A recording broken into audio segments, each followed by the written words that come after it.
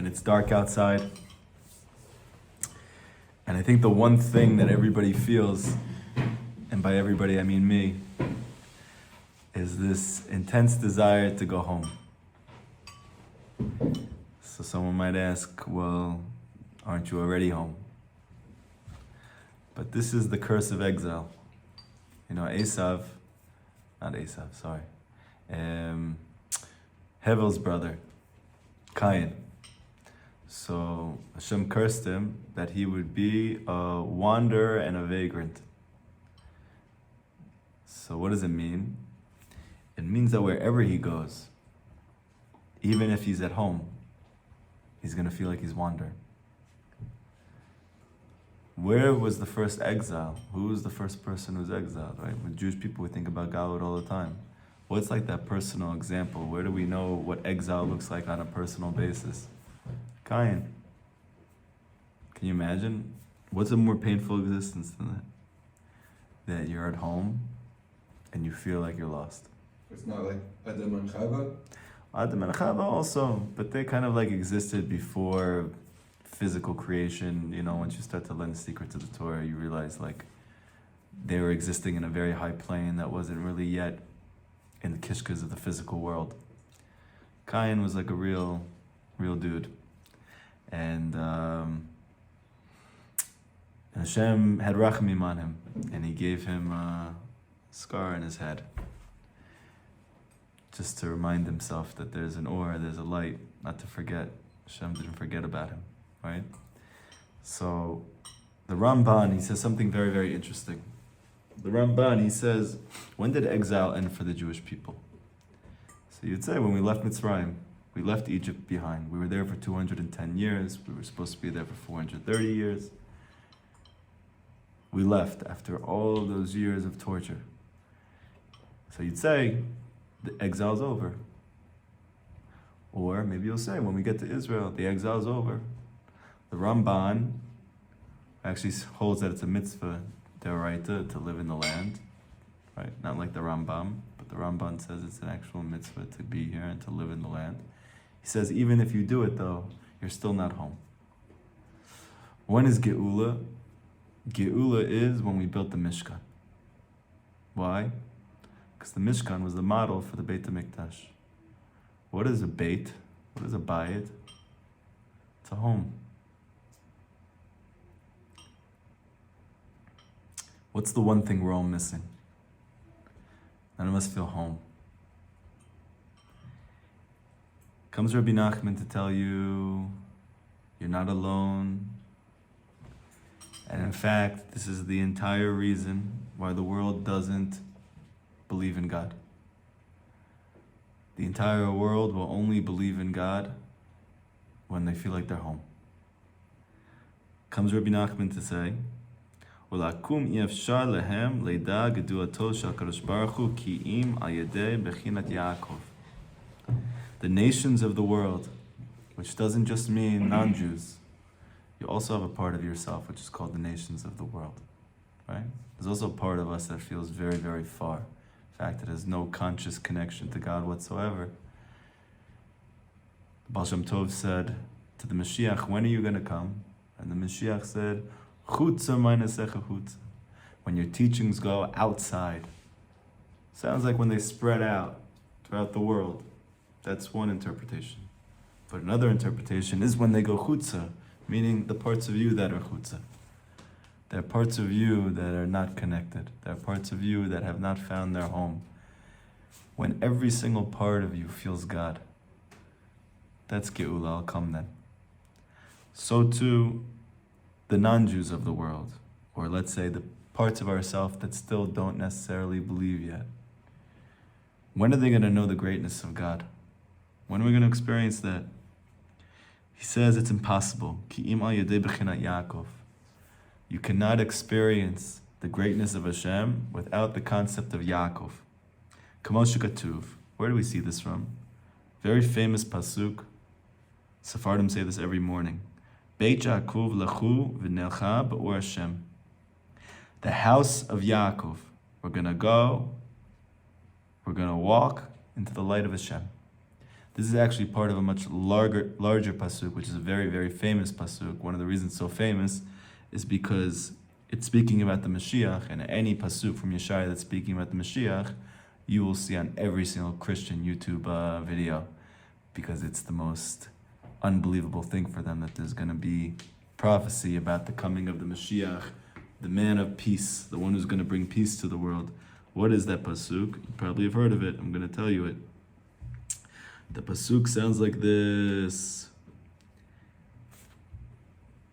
V'haya b'acharit hayamim. It's going to be in the end of days. Nachon yeh har beit Hashem. And the house of Hashem, this home of Hashem, is going to be settled on the mountain. Barosh ha'arim. And the highest of the mountains, the head of all the mountains. V'nisa b'givaot. It's going to be at the heights of the hills. V'na'aru elav kol hagoyim. And all the nations of the world are going to be streaming to it. V'hilchu amim rabim. And they're walking, these many nations, v'amru lechu. And they're saying, let's go. V'na'ala el Hashem. And let's elevate, and let's ascend to the mountain of Hashem. El Beit Elokei Yaakov. To the home, to the house of the God of Yaakov. V'yarunu b'derechav. And we're going to learn his derech, his path. What's the path of Hashem? V'nelcha be'orchotav. And we're going to walk in his pathways. Ki mitzion teitzei Torah. Because from Tzion goes out the Torah. V'davar Hashem Yerushalayim. And the word of Hashem from Yerushalayim. Shafat bein agoyim. And now it's speaking about the Mashiach, the Radak says. He's going to judge between the nations of the world. He's going to educate. V'ochiach la'amim rabim. He's going to make peace between everybody. Kikato chavotam leitim. And he's going to crush their swords and turn them into plowshares. Plowshares, Rashi explains, are like when you go to farm and you go to break down the dirt and you have like that knife on the side to get in there. So, meaning he's taking the knife of the world, this weapon that we use to hurt people, to hurt each other, to hurt ourselves, and he's making it into technology to bring you peace in your life. That you can farm and cultivate and fertilize and make beautiful things in your life. The very same instrument that is used to kill people, the very same instrument that Yitzchak blessed Esav, that you should live by the sword. Mashiach says, oh, interesting, I like that sword. Give me that for a second. Let me show you something. You guys ever just have a coffee and relax and chill out, listen to music? Like, you don't have to kill everybody. We could have a good time together, you know? I always think about I tell my wife, when you drive in the areas of the terrace over here, you notice one thing. It smells terrible. I said to my wife, can you imagine if you lived in a place that smelled that bad all the time? You wouldn't want to kill everybody? Of course you would. How do you think straight? Top of that, they're so aggressive. So imagine the aggression and the bad smell, the living conditions. I wonder if they even have a coffee shop that they can go get some reprieve, that they can go in there. It's just have coffee, relax. I don't think they have that. They scream at each other and Okay, and what else is he going to do?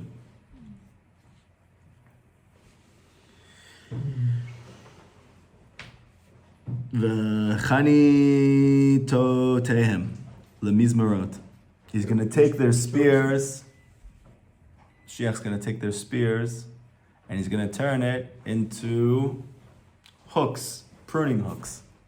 So again, he's taking something that people use to hurt people, to hurt ourselves, and he's using it again to be able to cultivate and plant and build beautiful things, like a master of the field, like a balasadeh. He takes the very thing that you use to hurt yourself and he makes your life beautiful with it. This is the Mashiach. Lo yisa goy el goy cherev, and no more will nations hold a sword to another nation. No more people are going to be in an arms race for the next nuclear bomb. Who's going to be the world power? Is it going to be Russia? Is it going to be China? Is it going to be America? Who's going to be the first one? Iran to the bomb. Who's going to get it? So Mashiach's going to come and he's going to go, you guys are very stupid, you know that? You know why Hashem gave us technology? That we should have peace. That's what technology's for. That we should make more peace. You know what you're using it for? You're using it to kill each other. Why are you doing that? By the way, this is an important point. Remind me so I don't forget this point, why I'm going to talk about this in a second. V'lo yamdu od milchama. They're no longer going to learn war. They're not going to be waking up and eating cereal and learning about killing Jews anymore. It's going to be over. Like, listen, there's better things to watch in the morning. You know, Barney the Dinosaur, Power Rangers, Teenage Mutant Ninja Turtles, Scooby-Doo.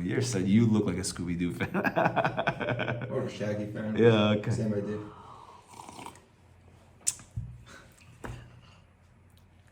Beit Yaakov l'chuv v'nelcha be'or Hashem. Now, it's important. Why am I doing all of this when we're not just moving forward? If you just look at a pasuk, you know, Rabbi Nachman says the difference between the tzaddik emet and all other tzaddikim is that when all other tzaddikim make a chidush, they make a novelty and understanding in the Torah, and you hear it, you're going to go, oh, that's a nice idea. When you try and actually fit it back into the text, though, you're going to see it's a bit of a stretch. Like, he had to kind of like force it in there. It's not that it's not true, obviously. Everything that tzaddikim say are true. But when you try to fit it in, it doesn't fit. But Rabbi Nachman says the tzaddik emet, every chiddush that he has, mamash fits like a glove. And if you go back and you actually look at the context of the pasukim that Rabbi Nachman brings after you learn these lessons and you fit in what you've learned from the lesson into the pasuk, you'll be blown away by how it mamash fits like a glove every single time. Okay? And then the end of this entire pasuk about the Mashiach, it says, now the house of Yaakov, let's go up to the light of Hashem. Okay? Perish Rashi, Beit Yaakov, Halmot yomru lahem ken, v'hamikre hazeh hu musav al v'alchu amim rabim, lechu v'necha b'or Hashem, yomru lahem ken. Okay, great. So, basically like this. For the nations of the world to stop wanting to kill us and to stop wanting to kill each other. And for the parts of us that are called the nations of the world, that want to kill our spouses and want to kill our kids and want to kill our friends and want to kill ourselves. How are we going to get all of that to stop? Everyone needs to see how great Hashem is. Why should that make a difference? What do you guys think? Because then you see the point that you were put here in the first place. You don't want to do that anymore. Why don't you want to do it anymore? Because you see that it's here for a reason. Oh. And you're feeling it. Oh, beautiful. Okay, so now you see that there's a place for everything, and now it's not threatening to you anymore. Yeah. Beautiful. Yeah? What do you think, Noah? What do you think, Noah? Oh my gosh, come on, Noah. Speak out. Listen, I know where you come from. It's not proper to speak out, but I want you to talk. Talk. A little bit of light, a little bit of infrared light and everything.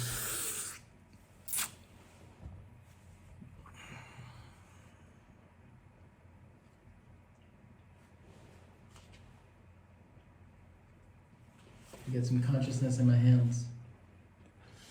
What happens when you see the greatness of Hashem? What is the greatness of Hashem?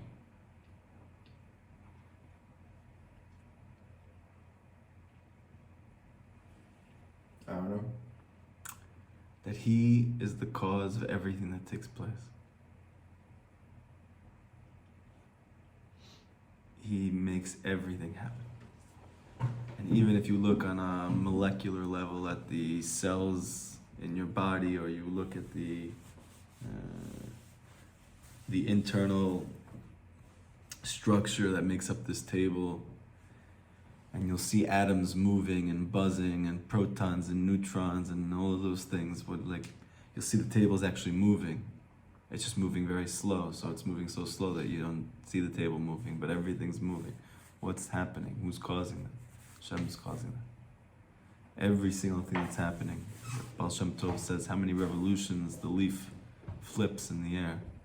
Think about that. The Gemara says that even lice, they eat food because Hashem is Moharan every creation. Think about it in a jungle, or like, you know how many thousands of different species there are and how they're all totally dependent on each other in this ecosystem. If you take one out, the whole entire thing doesn't work. That Hashem is the king. That's, you get to see how great he is, okay? So now, what is it that allows you to see that Hashem's the king? You only get to see that Hashem is the king through the concept of Yaakov. So why is that? Here we go. Now we're going to understand. Ki hu gila elokuto shel Kadosh Baruch Hu yoter misha'ar avot. Why? Because Yaakov Avinu, he revealed Hashem's godliness more from all the rest of the ancestors, more than the rest of the Avot. Right? We know that Abraham is called Hashem's love. We know that Yitzchak was Kodesh Kadoshim. He was so holy. He was such fire that Hashem didn't allow him to leave the land of Israel. He was born there. He died there. Even when Yitzchak thought to, follow his father, his son would eventually go. He said, no, you cannot leave the land. Yaakov, though, is called his choice. It's called his choice. Why is he his choice? Because he reveals God more than any of them. So it's like a process, right? Avram begins the revelation of God in the world. He begins it. Yitzchak continues it. He expands it. He improves the program. Okay? Yaakov comes and he lights the whole thing on fire. Well, how did that happen? Now listen to this. It's a very famous Gemara. It's an amazing Gemara, and this is what Rabbi Nachman's going to do with it. Ki Avram kara'u har. Because Avram Avinu called Tefillah, he called the Beit HaMikdash a mountain. V'Yitzchak kara'u sadeh. And Yitzchak called that very same place the Tefillah, the Shekhinah, the presence of God, the Beit HaMikdash. He called that very same place that his father called a mountain, he called it a field. Comes Rabbi Nachman to say, V'sadehu yoter musag v'nitzrach le'olam mehar. Now what's the difference between a field and a mountain? Two things. One, people get a field more. Not everybody really gets a mountain. What do you need a mountain for? It just seems like it's a big schlep, It's like, wow, there's probably like 0.001% of the world that gets excited when they see a mountain. But everyone at the table, It's because we're Breslov. No. When we see a mountain, militarily, military is a good thing tactically, but like normal people. That's what he meant by when he said 0.1%. Yeah, that's what I said, 0.01%. Those kids that grew up and they had like G.I. Joe's as toys, and they like pretended to shoot their friends with their toy guns, and like they never grew out of it, and they just became a soldier when they got older, right? They get excited when they see a mountain, but us, growing up secular Jewish people, like we don't get excited when we see a mountain. Snow on it, okay, no, but and the thought of having to exert additional effort isn't making us excited. No, right? You see a mountain and you go, nah, I prefer to take the straight path. You know what I mean? So here we have this mountain. It's beautiful. Avram Avinu comes to the world and he says, guys, there's a God in the world. He's so big, he's so great, and if you want to connect to him, he's like a mountain. I don't really understand the mountain. And not only that, I don't really need a mountain. How often do you use a mountain in your life? I live on a mountain, but No. Again, the 0.01%. Most of Israel. Okay. But most people don't need a mountain. You don't need to utilize a mountain. You might live on the mountain. And you don't apprehend the mountain. Why do you need a mountain? Here, though, we have a field. A field, that is something beautiful. I can understand why there's a field, because we need to plant and fertilize and harvest and plow and give birth to new fruits and trees and vegetation. I can have a time alone there, yishuv da'at, tranquility of mind. I can leave behind my life for a little bit and escape in a kosher way, right? So all of that is in the field. That I can understand. I understand that much more than I understand the mountain. And not only that, I need it a lot more. I need the food that comes from there. I need the sustenance that comes from there. I need that space, right? I need it. Graze my cows. Right, graze my cows. I need that more. So now listen to what Rabbi Nachman is explaining that they're doing. It's not just that Yitzchak saw God differently than his dad. He improved your capacity to have a relationship with it. He made it more real for you. He made it more home for you. He made it more understandable to you. That's what Yitzchak did. Comes Yaakov Avinu and he calls the same place that his grandfather called a mountain and that his father called a field, and he called it home. Called it a bayit. Shehu makom yishuv livnei adam yoter misadeh. Not only is this place understandable, not only is this place necessary, this is a place where you can settle yourself. This is a place you can live. This is a place you can feel comfortable. You can feel yourself. You can feel home. And not only that, everyone needs a home. In the case of a mountain, you have the one crazy mountain man. He needs the home, but 99.9% don't need the mountain. So for Avraham Avinu, he's a tzaddik yisod olam. Great, enjoy God. But we're not you. So what are we going to do with this mountain? It's too big. Okay, comes Yitzhak, he goes, it's not as big as you think it is. It's really like a field. And Mountain, field, and house. Obviously, Avraham Avinu, Yitzhak, and Yaakov didn't just say field, house, mountain. But I guess if I was having a relationship with Avraham Avinu and I spent my years around him, I'd get it like as if it were. I mean, I'm just throwing it out there, but like Rabbi Shimon Bar Chaya, Exile, and Baal Shem Tov. So maybe Rabbi Shimon Bar Chaya is like my entire relationship with it. Oh, it's this very high, deep thing. Exile systemizes it a little bit more. Then comes Baal Shem Tov, makes it fun and exciting. Like something perhaps like that. Yeah. Obviously, I didn't just say har, field, mountain. First of all, just think about Avraham Avinu's life. It's test after test after test. It's struggle after struggle after struggle. It's mockery. It's insult. It's everybody in the world not believing in you except for yourself. Sure. So what do you think his spiritual journey was like? It was like climbing a mountain. Oh, so if I'd have to model that, it's like, if I want to get into God too, I have to do that same thing. Right. And Yitzchak. And Yitzchak was like a field. Well, Why? Because l'suach l'sadeh. He went out to the field, and when he wanted to find his zivug, didn't climb a mountain. He went to the field, and he prayed to Hashem, and he talked to Hashem l'suach l'sadeh. and he still had plenty of nisyanas and all that stuff. He did, but not like his Abba. Sure. He'd have to offer up any of his children. He was incredibly wealthy. He spent many of his years just killing it. He never had to go to Mitzrayim. He didn't have to go to Mitzrayim. He didn't go into exile. He didn't have these 10 tests. Sure. He didn't start the revelation of God. He continued it. His dad was the greatest person that ever lived. It's different. Yeah. Comes Yaakov Avinu, and he goes, guys, you don't even have to leave your house for this thing.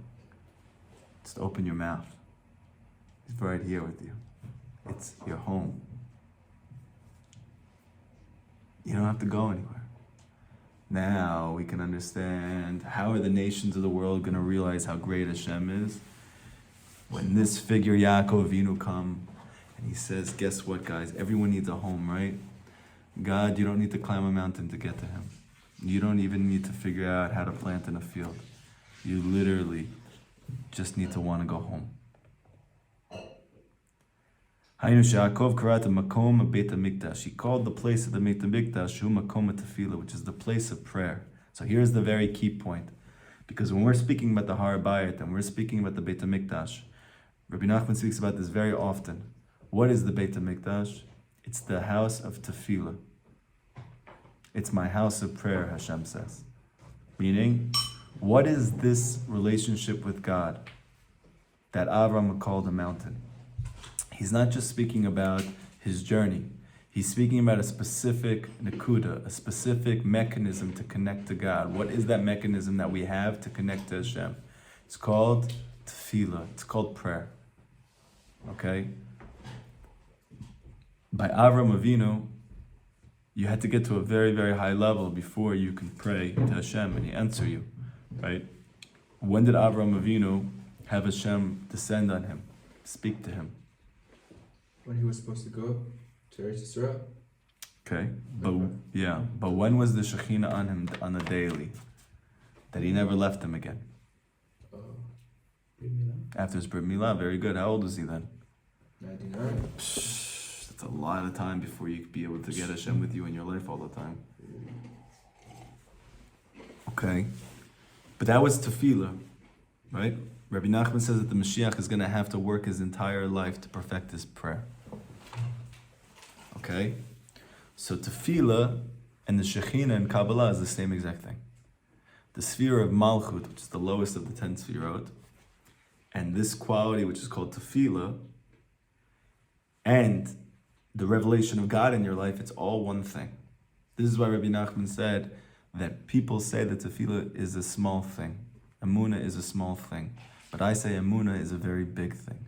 What is Emunah? Rabbi Nachman says in the 7th lesson, Likutey Moharan, Emunah is tefillah. Emunah is prayer. Now what is that? What is tefillah? What is Emunah? In Kabbalah, it's the Shekhinah. So you ask Breslovers why they feel so close to God. So they're going to say, because Rabbi Nachman taught me to talk to him all the time. You know that joke that they say? What's the joke they say? That there's an atheist looking to find out about God. So he goes into one base medrash and he's like, okay, that's it. I'm starting to doubt myself. How do you guys know, how are you so sure there's a God out there? They're like, oh, we're learning the Rambam. He says that there can't not be a God, so therefore there is a God. And he's like, okay. He goes to Chabad, he goes to an unnamed Hasidus. He says, how do you know there's God? Like it says in the Tanya. He goes up and he's like, okay. Good fit. Okay. Good fit. That was a good fit.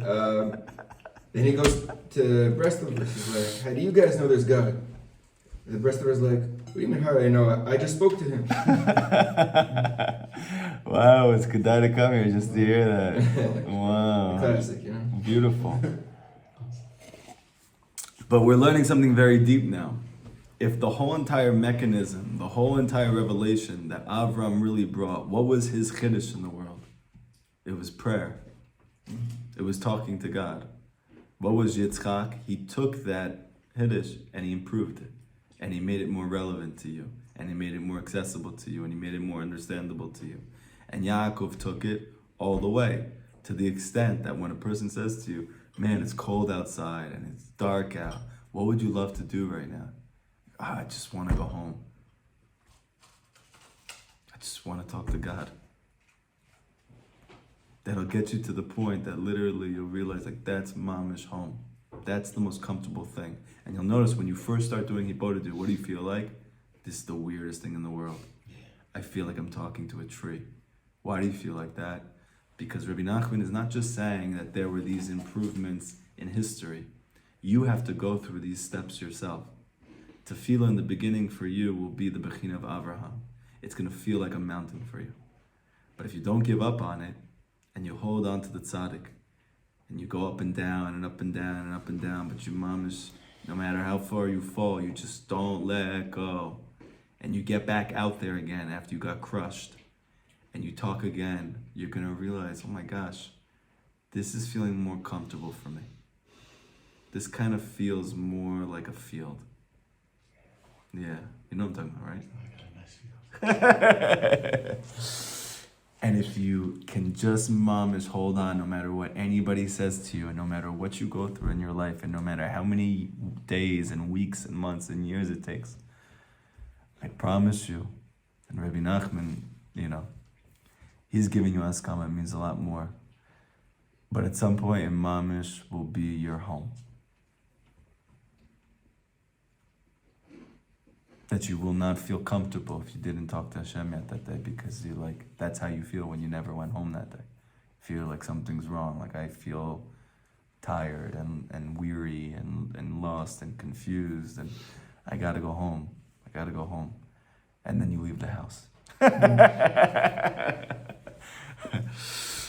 But you go through those stages, right? So we're improving. We're going from Avraham to Yitzchak to Yaakov. Great.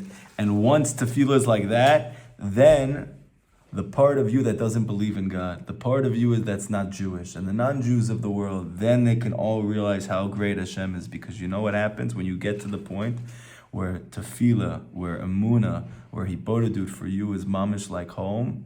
You get to see that Hashem is doing everything in your life. He loves you. He wants the best for you. He's going to help you with every single thing that you need. He's been waiting to hear from you forever. Like my friend says from Queens, a long-time Talmud of mine, a very chashuv person, he used to say that Hashem, what did he used to say? Sorry, 1 second. He used to say,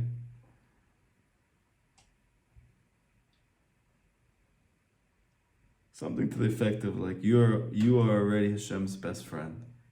He's just waiting for you to make him yours. Something like that. Sorry, Benny, if I messed that up, but hopefully it was improvement. We got back to home, something to that effect. And then guess what you realize? How great Hashem is. You start to realize how great Hashem is. But now you get to see as well how long that process takes. That's a long process before you get to really realize it. And you get to see how blessed you are, and how all the difficulties in your life really brought you to this ultimate place of feeling like Hashem is home for you, right? That weren't getting in the way of you getting to that place, but they actually bring you to that place. I mean, hopefully by all the people in Balchivs and whatnot who worked through all the steps to go that many years to just like hold on, knowing there's something, over the mountain. Hopefully it made it easier for everybody else who comes afterwards. Absolutely. To get there much faster. Absolutely. That awesome story from the Yosef Karo about the Mishnah. Tell the story. Okay. And there was he was passing by. He was having a really hard time understanding a certain pshat in a Mishnah, and as I think this is from the Magid Moharan. And one time and he was passing by like a cheder, and the Rebbe was just teaching a pirush in the Mishnah on this hard Mishnah. And all the cheder kids, all the young talmidim, all the students were just like, oh yeah, sure, and they just get it. And it took them, 5 minutes. And he had a huge chalishu to that. He goes, what is this? And he said to the malach that he was talking, the magid he was talking about, he goes, I don't get it. I worked so hard and I couldn't get it, and I finally got it. And they got it in 3 minutes. He goes, yeah, because you broke through the klipa and made it easy. Now the rest of the world can get it easy. So just thinking I don't know, it was just a thought I had real quick, is some people are getting into like Rabbi Nachman now, and like, that's like their first stage of like spiritual avenue. I'm like, it took me like 20 years to even realize that it was like a real thing. I was like, I had to fight 20 years to go through all this just to find out that this is where the MS is. So they're just figuring it out in like within months of them starting. I just spoke to somebody recently who, I think he started, his Baal Tshuva journey. He's from California. He started, I think his sister became Bali Tshuva, and then he's like, what is this? It was like totally foreign, had nothing to do with his life growing up, and then he felt, like he had done all these things, he was popular, and he was successful in school, and like all these things, and then he kind of like reached whatever people said was like the apex, and he's like, this is really empty. Like this is everything. And so he decided to visit Israel. And so his first experience was at a rabbi's house. And when he went into this rabbi's house, he sees, he's got this big Jewish library of all these books. And he sees all these books. And he goes over and he picks one out. It's called In Forest Fields. Wow. He picks it up and he starts reading it. And he goes, wow, this is Judaism? This is amazing. And he doesn't tell anybody about the book. He doesn't talk to the rabbi. He just assumes all the books in that bookcase are like that. So he just takes the book, and every day he starts doing hours of Iborudu. And he goes, this is amazing. This is my heritage. Like, this is my end. Like, this is unbelievable. Is this someone you know? Somebody I met recently. Oh, okay. And then only later on, when he started to go to yeshiva, and so did he realize, like, actually, the majority of Jewish people don't do these things. You have no idea, And he thought that this was like basic, like 101 Judaism. And it is. It really is. But it's not what people are taught. So for him, it was like it was very hard to like understand like how people live without this, because once you start doing it, you're like, how can I do this without that? You know? The Malach pushed his hand on that book. You know? Yeah, mamish. And I also, you know, there's a famous story with Rabbi Nachman where one of his Hasidim came to him and was crying to him about how, struggles that he was going through at home with his family, his wife, his parnasa, his livelihood. And Rabbi Nachman said, "Why are you bothering me with these petty things?" He said, "I'm creating a path where there is none." What does that mean?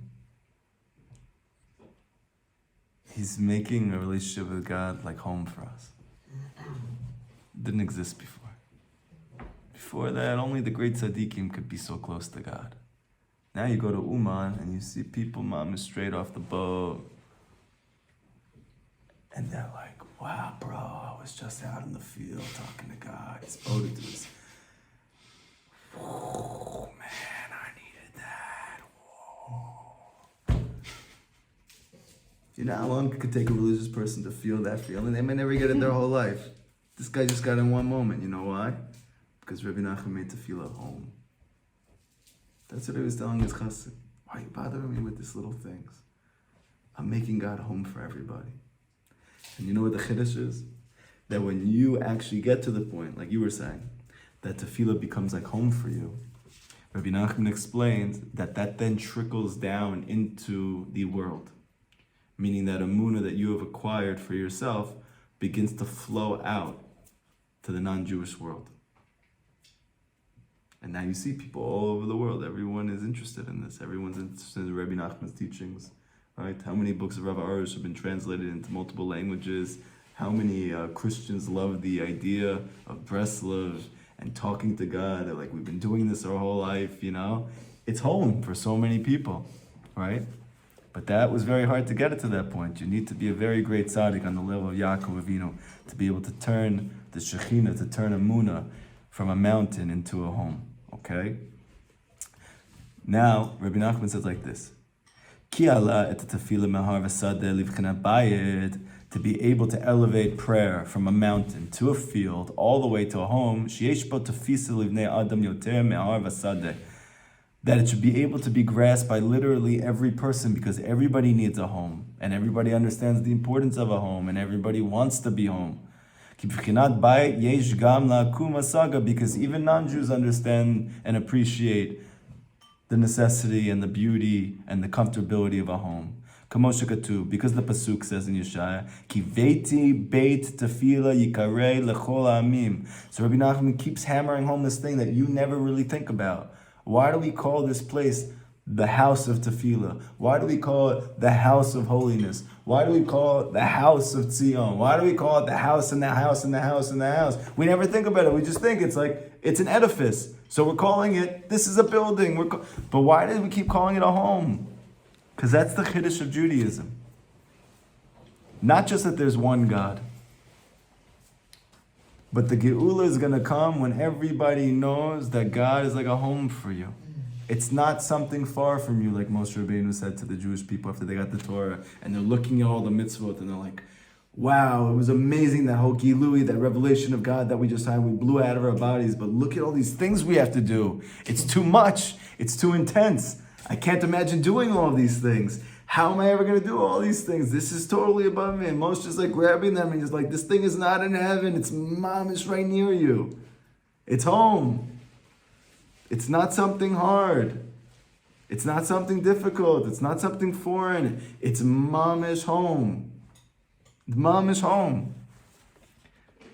What's that home? The Beit of Tefillah.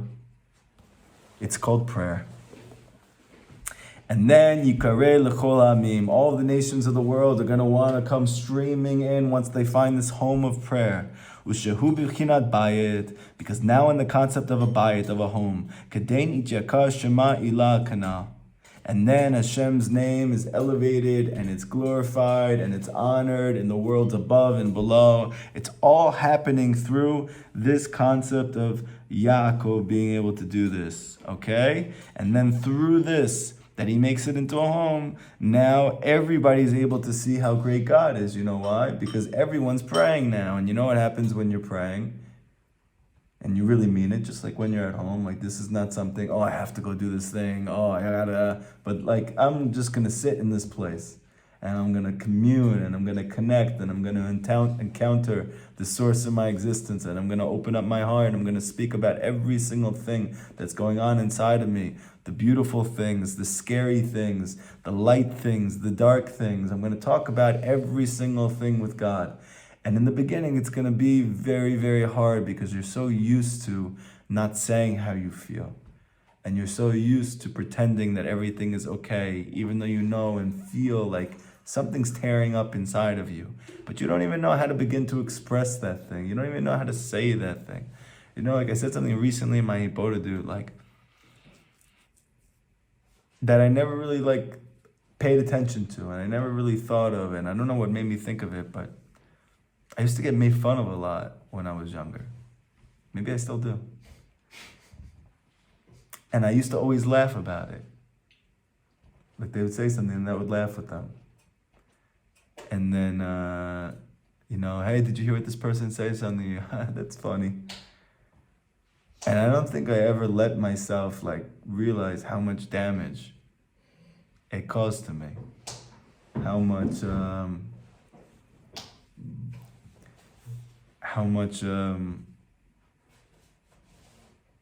it prevented me from believing that I'm good, that I'm worth something, that I can believe in myself and it's okay. You don't realize how much damage is done. We never had a place to be able to reflect on it. And now you see a therapist and you're like, you know, you're with this guy with this sweater vest and he's like 90 years old and he's snoring the entire time you're talking, and you know, you see him popping the same pills he's about to give you. And you're just like, I don't know if this is the guy I want to like reveal all my deepest, darkest secrets to. I don't know if he's going to understand, you know?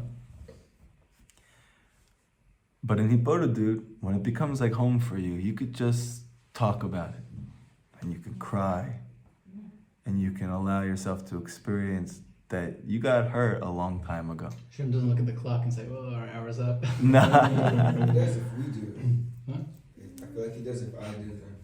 If I'm looking at the clock, Hashem's looking at Rabbi Nachman said to his Hasidim, it. I want you guys to do at least an hour of Hiboda do today. And I know, you know, you're probably thinking, wow, that's a lot, but I want to tell you that I'm telling you that amount because I don't want to burden you. But if I wanted to tell you what I really thought you should be doing and what would be good for you and what you need, I would tell you that you should be doing Hiboda all day. Do I have to learn also? Yes. Like You should schlep your books along with Well, you. first of all, we have. At the same thing. Yeah. Otherwise they would daven all day, so Hashem helped. And that everything they learned is Very quick. incredible. Yeah, Rabbi Nachman says the bigger of a tzaddik that you become, the faster you're able to elevate from one level to the next. So for instance, he says that a person who is a great tzaddik, he can accomplish in 1 year what a person can accomplish in a lifetime. And if he becomes a greater tzaddik, he can accomplish it in a month. And if he becomes a greater tzaddik, he can accomplish it in a week. And if he becomes a greater tzaddik, he can accomplish in a day. And if he can become a greater tzaddik, he can accomplish it in 1 hour. And he says, and if he can become the greatest tzaddik, he can literally do it in 1 moment. I just, on this note, similarly related, He's like, yeah, I was just feeling like that. I was accomplishing that today, and I didn't know where it was coming from. There was a shear from Tom Kramer, Yeah. earlier this week, and so someone asked, like, I forgot what the question was, but basically came out to like reaching our true potential, and you know, Rabbeinu says that we can become like Imamish, and what does that mean on the Meister level? How do we get there? And just basically, I asked that, and Kramer was like, "Did you ever waste a minute of your life? Did you ever, you know?"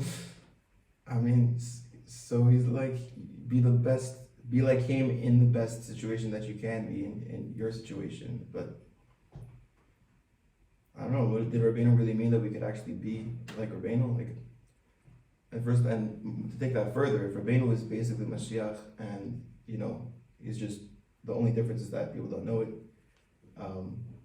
So why do we need another Mashiach, so to speak, or why do we, in terms of like, I'm saying, why do we need another person like that? If you just need the person to be revealed. I don't know what I'm asking really, but. So you're asking a few good questions. I would say, first of all, the Rabbi Nachman says you could be just like me, right? He says I can make you just like me, mamish. What did Rabbi Nachman do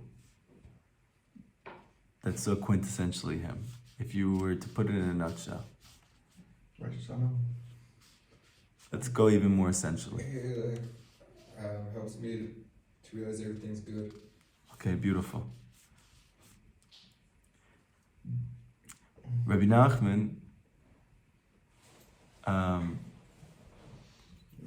truly in his lifetime fully became himself. And he didn't let anyone or anything stop him from doing that. Some of his Hasidim, like Isaac Yitzchak, he would have do days worth of Hippodadim. He would tell him go, and he would go, and literally for days straight he would be out in the forest and doing Hippodadim. He wouldn't come back for a few days. And he had other people learning with Hasmadis, learning, and he had other people going to work, and other people speaking to his friends, like he told Reb Natan. Yes, learn and pray and do all of that, but make sure every day you talk to your friend. It's really important. It's really good for you. It's really good for him. What does it mean, Rabbi Nachman says, I can make you just like me, mamish?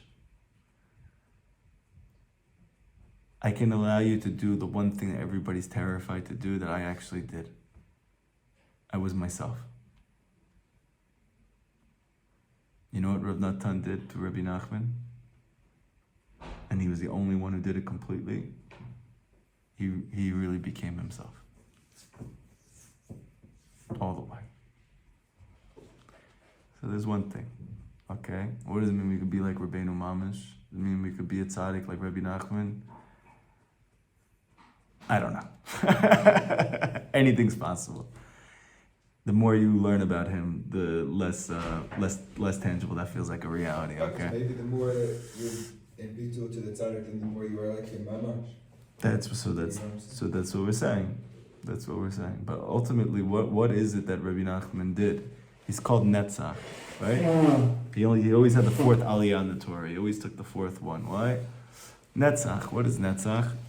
It means to win, to overcome, to endure. I can make you just like me, mamish. Means I can get you through everything in your life. Mamish. Everything. You can be just like him. Get through it all. I mean, look at Rav Natan's biography. You ever read that thing? Through fire and water. Mot Moharan. My gosh, what that guy went through. How did he get through all that? Because Rabbi Nachman made him just like him, mamish. Okay? So that's one point. Second point is, why do we need a Mashiach if it sounds like he was already Mashiach? And I didn't say he was Mashiach.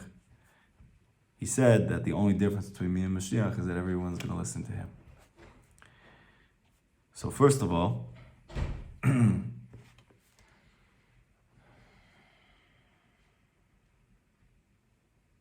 Rabbi Nachman's a very big light.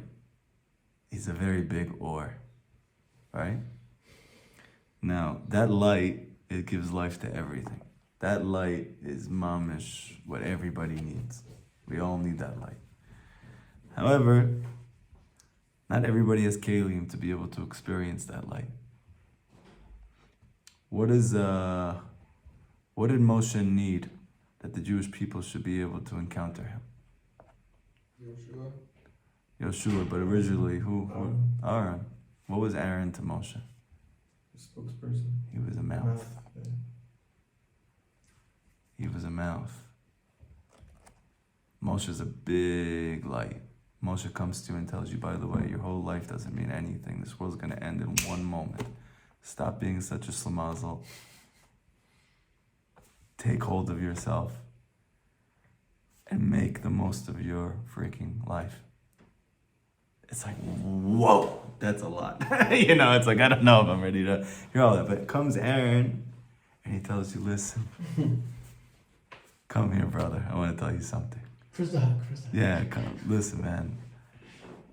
Life is really hard, right? Yeah. I'm just like thinking to myself, I don't know, like,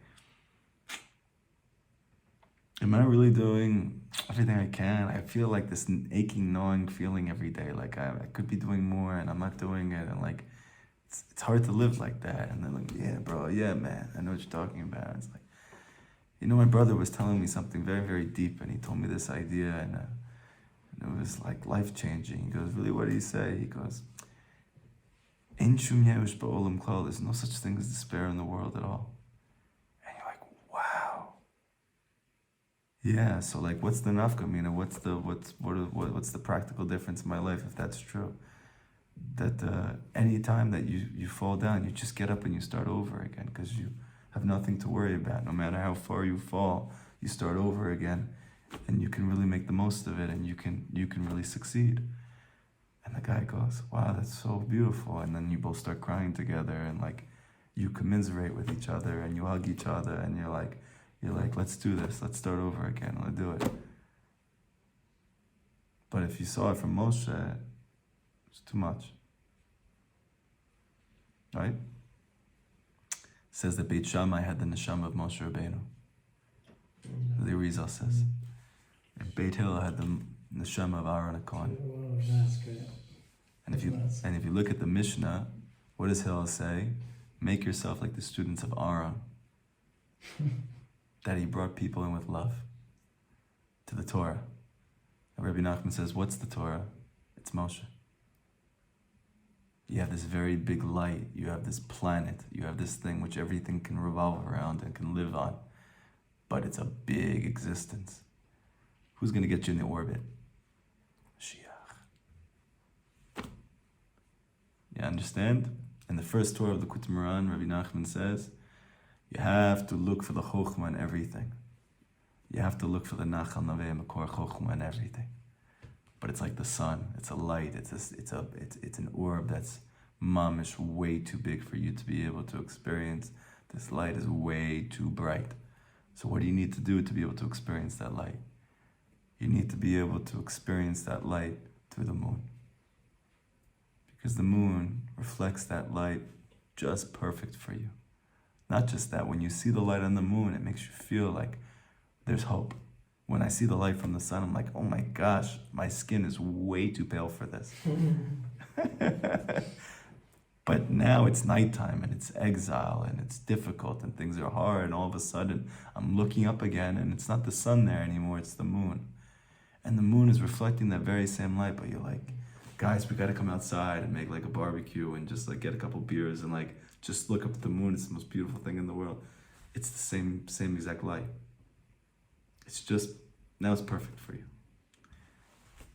The Nun, Rabbi Nachman says in Mashiach. That's the moon. The Levana. The Nun. It's funny, yeah, during the day when it's bright and sunny, especially in the middle of the day on a summer day, you can barely look up. But at night, no problem. And it's nice. You know, who was Moshe Rabbeinu's Talmud? Yoshua. Ben Nun. It's called Ben Nun. Son of the Nun. What does that mean? Rabbi Nachman says in the 6th Torah of the Likutey Moharan that Moshe Rabbeinu was like the sun. The Gemara says explicitly, Moshe Rabbeinu's face shined like the sun. But Yoshua ben Nun, his face shined like the moon. He's the son of the Nun. What are we waiting for? We're waiting for the Nun. The only difference between me and Mashiach is that everyone's going to listen to him. Why? Because Because like Rav Shlomo Karlebach said, Moshe Rabbeinu was the greatest teacher who ever lived, the best teacher. And David HaMelech was the best king that ever lived. And Mashiach will be the best friend. Yoshua ben Nun, that's who we're waiting for. We're waiting for the moon. We're waiting for that person that we can hear Rabbi Nachman's teachings from. It doesn't feel far from me anymore, and it doesn't feel up here anymore. It's like, wow, I hear this person for the first time in my life. I'm like, I could do it both, dude. I can learn Gemara at nighttime. I can get it for Chatzot. I think I'm going to get for Nates this morning. I don't know why, but when this person says it, like, I feel like I can do this. This person feels just like me. He's just talking to me. It's like me looking in a mirror, right? There it is. But the secret, and this is what's brought up for the 6th Torah Likutey Moharan, is that Moshe and Yeshua, or the sun and the moon, are not actually two separate entities. It's just like the top and the bottom. Right? If you look at the Aleph, right? Moshe is the upper point of the Aleph, and Yeshua is the lower point of the Aleph. So, is it Moshe Shua? Is it Yeshua? Sorry, is it Moshe or is it Yeshua? Is it Moshe or Yeshua? Where does Moshe end and where does Yeshua begin? When Rabbi Nachman, at the end of his life, he got to Uman, the first place he stayed was at the home, the residence of a person who lived there. His name was Nachman Natan. And he goes, oh, if you guys knew what that meant. If you guys knew the significance of that. Nachman Natan. If you look at the first parak of Tikkun HaKlali, it's the 16th parak in Tehillim. It starts off by saying, Michtam LeDavid. What's the gematria Michtam? 300. You didn't finish school, right? Mucha was 60, and you got the man was 100,000. 50. Oh, for 500. I'm sorry, 500. 500, none. Natan. Natan, gematria Natan.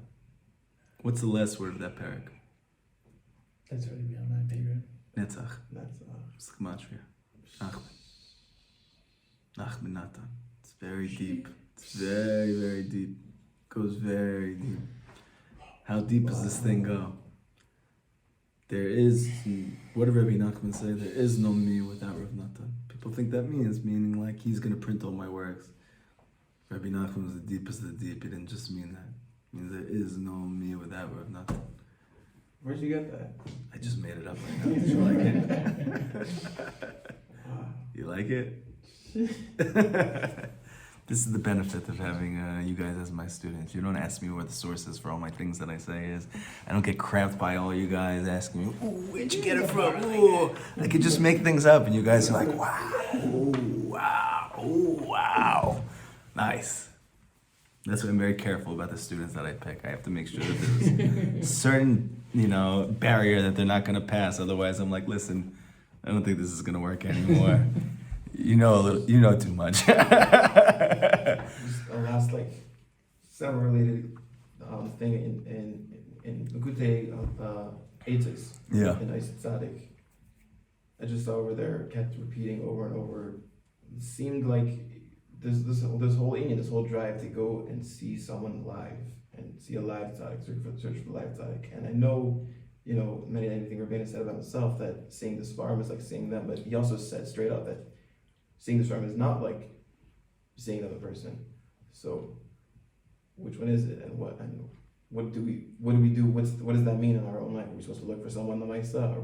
Does that mean just go to Rabbi Nachman, go to his kever, go to Eminist Vedudis, go to a live person? You gotta look for Rabbi Nachman, and you gotta look for Rav Natan. So that's who he's talking about, Natan over there? You gotta look for Rabbi Nachman, and you gotta look for Rav Natan. Rabbi Nachman, I could tell you where he is. He's in the book, and he's in Uman. That's Uman. Oh yeah. That's the beginning and the end of where you're gonna find him until Mashiach comes. Okay, but every generation there's somebody that really believes in Rabbi Nachman's teachings. Believes in them so much it's his whole life. He believes in them so much they made him realize he doesn't know anything. So he dedicates every waking moment of his life to learning them and teaching them and living them and giving them out to everybody else. And if you ask him, well, what do you think about this? He's going to tell you, I have no idea. I don't know anything. But I'll tell you what Rabbi Nachman says. That person you should definitely look for. And that person is in every generation. Okay? Bezrat Hashem, until Mashiach comes. That's the tzaddik emes of the door. The tzaddik Rabbi Nachman. emes is Rabbi Nachman. I want to replace him with him. They got you good in Bad Ayin. People are always trying to say like, there's Rabbi Nachman and then there's now Tzaddik Adari. Rabbi Nachman It's like, how far do you take the Rak Rabbeinu type of thing? Like Rabbeinu said to learn halacha. I mean, I can't listen to a shir from someone who's not No. Rabbi Nachman said, from me until Mashiach comes, there will not be another new original figure. Okay? So from me until Mashiach, there won't be another like me. Right? So if you're looking for someone like me, you won't find him. You'll need me until then. That's why he said my fire is going to burn until Mashiach comes. But in terms of... Okay, 1 second. Yeah. Okay, so 1 second. But there's also a Rav Natan. Rabbi Nachman said there's not me without Rav Natan. Okay. So what was Rav Natan? What did he do? Bittul. He was a chassid. Okay? You can find that chassid and you need to look for him because you need to learn also how to be a chassid. Right? There's a wisdom in that. I heard Rav Yitzchak Ginsburg explained Moshe Rabbeinu, what level did he get to in his lifetime? 50, 120. No, 49th. 49th gate. The Gemara says he achieved 49 gates of understanding. And only when he died did he get to the 50th. But in his lifetime, he couldn't get to the 50th. You want to hear Chiddush Nifla? That's what Rabbeinu says. You should cast it. You want to hear Chiddush Nifla? A wondrous novelty. Rav Yitzchak Ginsburg said that what is the 50th level that Moshe Rabbeinu couldn't get to? Cast it. He couldn't learn how to be a chassid. Oh, wow. Where do we see the proof? He couldn't learn how to be the Talmud. Where do we see the proof? What was his student's name? Yoshua ben Nun. Yoshua was the 50th gate. What was that level of wisdom that he achieved?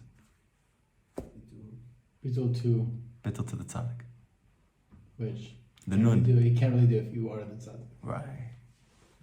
So now you're going to ask, well, why is I mean, L'chori was Moshe Rabbeinu did a pretty good job doing bittul to tzaddik more under than anyone else. So. It's great, but there's one thing that you can't do if you're the teacher. You can't be the student. Right? Which is Moshe got the most out of his life. Wait, then how is Yoshua ben Nun if he didn't get to be the teacher? Isn't that a level also? He teaches. He got to be the teacher too. Right. Not only does he become the teacher, there's a whole discrepancy in Tanakh that the Gemara has to deal with, because it speaks about Moshe's life ending when Yoshua died. And so the Gemara is trying to figure out, I don't understand, we know Moshe died at the end of the Torah, right? So they have different explanations on it, and in fact, Chazal explained that the 5th book was actually written by Yoshua, right? Okay. Now, very, very fascinatingly, the way that the years line up is that actually they learn out from this that the truth is Moshe did not die until Yoshua died. Because as long as Yoshua was alive, Moshe was still alive. Through Yoshua. Because he so embodied every single thing that his teacher gave him. He never left his tent. So what was Yoshua? He was just a walking moon, reflecting the light of his sun. As long as there's a moon in the world, the light of the sun is still in the world, even when it's nighttime, even when you're in exile. Now, Hashem always gives you exactly what you need. Hashem is always giving us exactly what we need. Why is Rabbi Nachman not here right now? We're dying for him. I'm crying every day. Where's my Rebbe? Where's my Rebbe? Where's my Rebbe? Why can't you do Techiyat HaMeitim just so my Rebbe can come up and I could just see what he looks like? Get a hug maybe. Say, David, I'm proud of you. You did great. Thank you for everything. I love you. No, I have to wait. Because there is a gate of understanding. There is a level of wisdom. There is a madrega that we all have to achieve right now. And it's called the madrega of Yoshua ben Nun. It's called being a chassid. It's called being a student. This is the level that we need to get to. We need to be able to reflect the light of the sun. And you can't do that when the sun's still there. This, Rav Natan said, is the reason why we couldn't get into the land of Israel until Moshe Rabbeinu died. We needed the light to lose some of its intensity so that the whole generation could be able to chap the whole thing. And so they needed, why? Because Hashem says there can only be one leader in the generation. So as long as Moshe is there, Yoshua is not there. But as soon as Moshe is gone, Yoshua has to be the leader. How does he be the leader? By getting you to be Hasidim. Right? But nothing over here. Two things. I mean, I'm totally with you. I'm not, No, it's okay. I'm making again, I told you yeah. already, I made up everything that I just I said. don't mean to make the dramatic effect. I like the build up is Yeah. really very nice. But okay, in Likutey, plenty of places he talks about you got to go see tzaddikim. Forget about the tzaddik emet. We know what the tzaddik emet is, but there is something about I could be sort of faking it until I have to go and let's say there's tzaddik down the road who loves Rabbi Nachman and he teaches and he knows his stuff and he's good, and he himself lives it. I got to go to him like, hey, hi Rav, I'm screwing up here and there and the whole thing. Give me some hadracha, give me some, let me hear what you have to say. And I have to experience the bush of, vidui chachamim. I have to just experience the bush of just saying, oh yeah, I kind of make a few mistakes here or there. Vidui chacham, vidui before Talmid Chacham. Is it enough to, I don't mind if it's in the Sadeh, I'm happy to do that. Rabbi Nachman said... I'm happy to do that because that way I don't have to actually experience, the face of actually having One second, one at a time. Rabbi Nachman, first of all, before we got to answer this question, and then maybe your question is mood. You know what that word means, mood? Not applicable, N-A, okay? Rabbi Nachman told his Hasidim, you can do everything by Rav Natan. Everything that I teach you, you can learn from Rav Natan. Now, and know 100%, it's exactly what I would tell you. What exactly I mean. There's only one thing that you can't do by Nasan. You can't do vidui by him. Interesting. Whoa. Where do I don't remember that? I have to go back and find that word. I made it up again, but it sounds good, right? It's Sounds good. I told you, maybe we can get there. Yeah, we'll find it somewhere, okay? He said you could do. He said everything, every single thing, 100%. Take it to the bank. Natan's got me. Meaning, you go to him, you're gonna get exactly what I'm gonna give you. One thing you cannot do by Natan, even with everything that he's achieved, and even though he's literally he's gotten to exactly where the highest point that he can get to, you cannot do vidu by him. So you want a suggestion that there's only one basically one address for vidu. That's right. It's called Pushkina Street. What about Rav Shimon? The field. Also. And the Rizal. Also. You can do vidu by them. You can't do vidu by Rav You're saying Natan. the field's not enough. You could also do vidui by Hashem. No, because he's the tzaddik emet also. He's the tzaddik emet. So you could do it by him. But you can't do it by Rav Natan. Can't do it. You got to do it by the tzaddik emet, right? When the Baal Shem Tov, that famous story with the letters of the Osim and the bones were crushed. He couldn't have. Say it. He could. Yeah, but he couldn't have done vidui by somebody else. He had to do it to him. The Baal Shem. Yeah, that would have been it. That was the only way. So until Mashiach comes, you do vidui by Rabbeinu. Don't do vidui by the chassid. No matter how great the chassid. You learn Torah from the chassid. What about other kibbutz tzaddikim? He says to go to. By these great tzaddikei emet. So don't do vidui, so what do? You do other spidiness? What do you mean? You think everyone's doing vidui when they go to tzaddikim? No, they're like, please ask Hashem to help me. You know, I need. Listen, Agav, anywhere you go, any by any tzaddik under any kever tzaddik, if you want to go do tshuva and get a little bit of it, and also b'schut the tzaddik that's sitting here in kavur here, you're not doing vidu to the tzaddik. Vidu is a very specific thing. It's a very personal thing. It's a very intimate but thing. Tshuva in general, tshuva, but often clearly anywhere all the time is great. Yeah. Tshuva.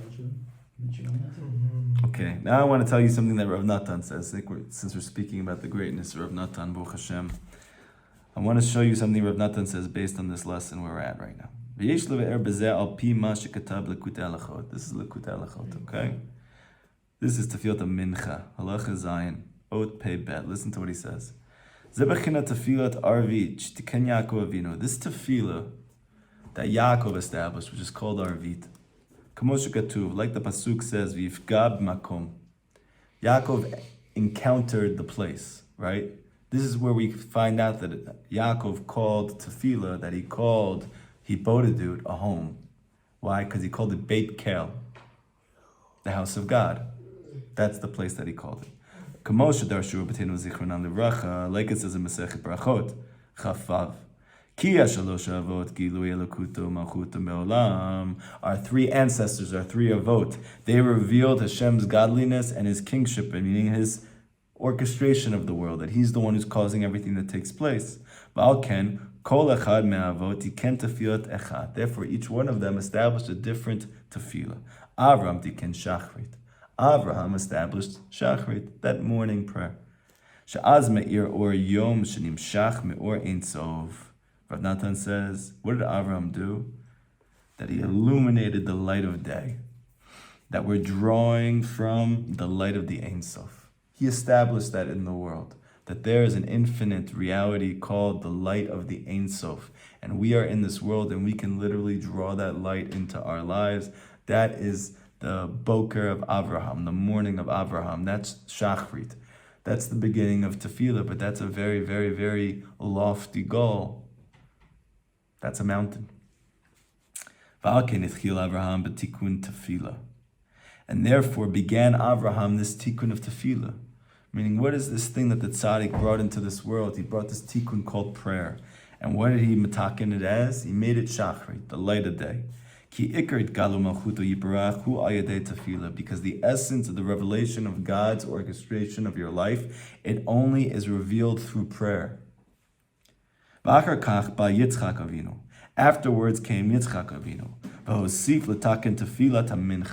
And he established the prayer of Mincha, the afternoon prayer.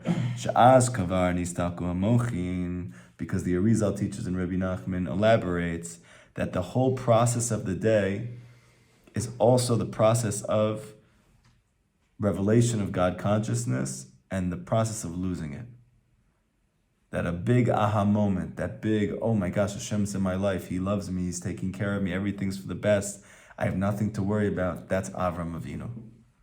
But guess what happens? Then afternoon kicks in, and that light starts to go away, and it starts to dim, starts to get a little darker, a little colder, a little less sure. Why? Because Mincha was created at the time of Nistalkuto Amochin, that when God consciousness starts to depart from the world. And now all that's left is a little impression that you had from the morning time. Meaning from that time that you realized that Hashem really was with you. Now you're starting to lose that feeling, you're starting to lose that experience. It's not as palpable and tangible for you right now.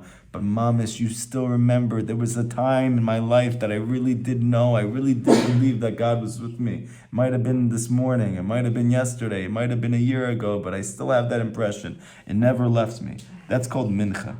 Ki az matchil hayom la'arov, because that's when the day starts to become night. Like we explained above, this is the concept of the loss of your mochin, the loss of your consciousness. Even by these perfect tzaddikim, bein darga ledarga, they also had to go through the loss of God consciousness. And therefore, because that was Yitzhak's reality, he needed to then establish tefillah at that time also. You know why? Because you need to be able to find God in every moment of your life. You need to find Him in every experience of your life. Aram brought the fact, boom, there's a God. Wow, that aha moment. Very good. But what happens when that aha moment leaves you? So Yitzchak came and he said, but we got to find God here also. So he established Mincha. There's God also here. Az tikkun tefillah kedei litchazek b'tefillah. He created this tefillah now at Mincha time in order to mechazek in tefillah at the time that begins this mochin to depart from you and isn't remaining with you except a vague memory of the time that you really felt that God was with you. Ve'ikar tikkun hu bishvil achalushi koach. And the ikar of the tikkun, this rectification, was for the sake of those who are weak of strength. They need to return to Hashem, but they don't have koach to do it anymore. They don't have that same inspiration anymore, and they don't know where to find it anywhere. Ve'ikar tshuva hu be'et shira'in she'adat nistak mechamat b'kamav. The Iker of Tshuva is in the time that he sees that his God consciousness has departed from him as a result of his lackings, as a result of his errors, as a result of the fact that he just is not able to figure it out in his life, or even if he has, he can't follow through with it, right? And so he knows why it's not working, but he still can't get himself to get it to work. In theory, if you could really misselect your sort of the shade that you put in front of Hashem, then that aura would start, let's say start in the morning and would never diminish. Right. But then somehow my physicality or my mind, whatever, gets in the way. Yeah. At the end of the day, I'm already finished. Right. So in theory, I would, if I really got what mincha was, I'd put all my koach into it. Right. And which I'm just not going to do. well, wait one second. Don't say that yet. I wish I. Which you want to do. Want. Yeah. Want mincha. No, so this is tremendous chizuk already, because we think that when we lose that insight and it becomes this vague memory that I'm fawning over and I'm imagining and I'm like remembering the days when I first realized God existed, I'm like, when am I ever going to get that back again? And the answer is you're not supposed to get that back again. You're supposed to find God right now, in this place. The histakut mochin, the loss of God consciousness, is not happenstance. Hashem wants you to find Him in every place. If you only find Him when things are going good, guess what? That means that Hashem doesn't exist in the darkness. And that means Hashem is not really great. That's why you can never get the band back together. Because the moment passed. I can see where your mind is at. I've always thought about this. Why couldn't the Beatles ever get back together? How couldn't John Lennon and Paul McCartney ever figure it out? Now I know why. She's stuck with the mochin. The das goes into exile, and you can never find it again. And you need to find God even when it's just Paul McCartney solo on stage. Is that what you were trying to say? Essentially. That was it. That was a different story. You got ruined the entire show. But I got to make you smile, so maybe I got the whole thing I was looking for. Moment. That was it. Okay? So this is important to know, because Hashem wants you to find Him in every place. V'lo nishar rak eza reshimu. It shouldn't remain this impression for you. Shezocher adayin tzitzarichin lashov al tachlito. That even right now, after everything has taken place and you're in this place that you're in right now and you don't know how you got there and you don't want to be here anymore and all of that. But guess what? All you have to do is remember Olam Haba. All you have to do is remember that everything that has ever taken place in my life is taking place in my life, will take place in my life. All of it is for the exact same reason. When those things were really good, when I first realized God existed, when my girlfriend first told me she loved me, when my kids first gave me a hug and said, Abba, those times like, my gosh, my life makes sense. And then those times like today, where I'm pulling my hair out of my head, and I'm wondering what happened to my life. Who am I? What am I doing? Am I a good husband? Am I a good father? Do I even know how to learn anything yet? Has anything I learned ever sunk in yet? And what am I doing? All of it's for the same exact reason, to bring you to Olam Haba. It's all good. It's all good because the end is good. Okay? Like Bob Marley said, don't let them tell you heaven is on the earth, 'cause them don't know what life is really worth. Dun, dun, dun, dun, dun, dun. Half the story has never been told. Let me see the light. Stand up for your right. Oh, you gotta get up. Stand up. Stand up for your right. Now it's interesting. Stand up for the light.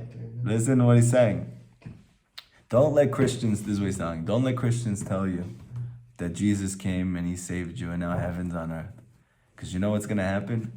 You're going to look at your life and you're going to see how much poverty there still is, and how much suffering there still is, and how much illness there still is, and how much depression there still is, so much anxiety, and you're going to wonder, wow, God's not good. And Bob Marley was like a real chassid. And he said, the end of the story hasn't happened yet. Half the story hasn't been told yet. Don't let them try to convince you of this thing. Half the story has never been told. Stand up for your right. Be a Jew. Believe in the world to come. Believe in this place that's only good. You know, I heard Rav Kivak actually say that people keep coming up to me all the time now and asking me, what's my tikkun? What's my tikkun? What's my soul's tikkun? He said, I'm going to tell you guys, everyone, what your tikkun is. You ready what he says? It's amazing. He said, whatever is happening to you.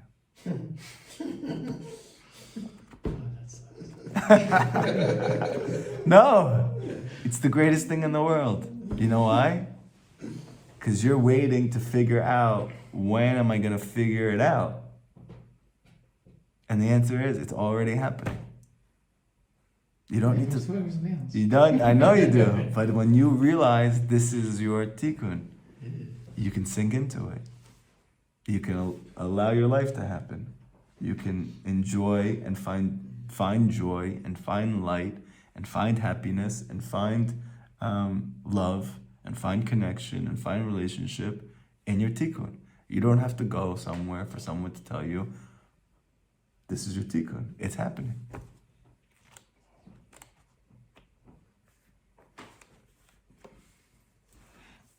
Here comes Yitzchak. This is what he does. This is what he brought to the world.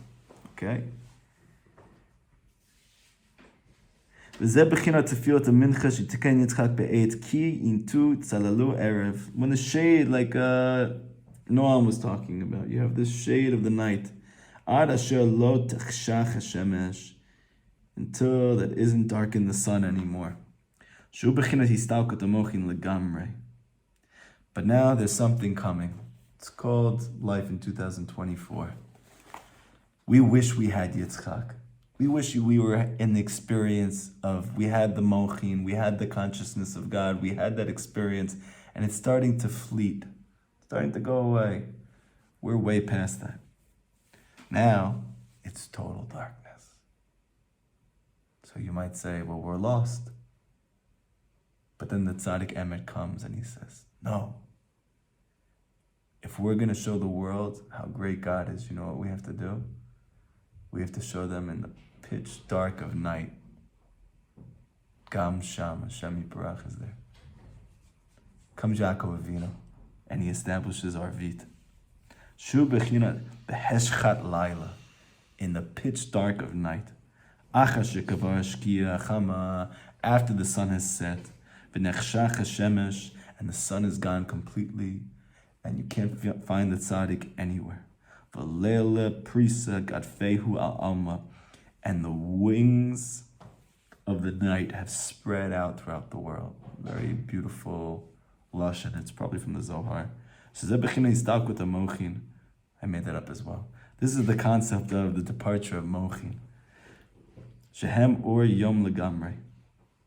Filo etza tzadikim, even by the tzadikim, they also established Arvit, that you should be able to osek in the tikkun of the revelation of God when it's totally dark. Ve'ikar tikkun bishvil ha'olam. And the essence of this tikkun is for the sake of the world. Ki kol ha'avot asku b'tikun ha'olam, because what were the avot doing? They were all busy with the same exact thing, to heal the world. To heal the world.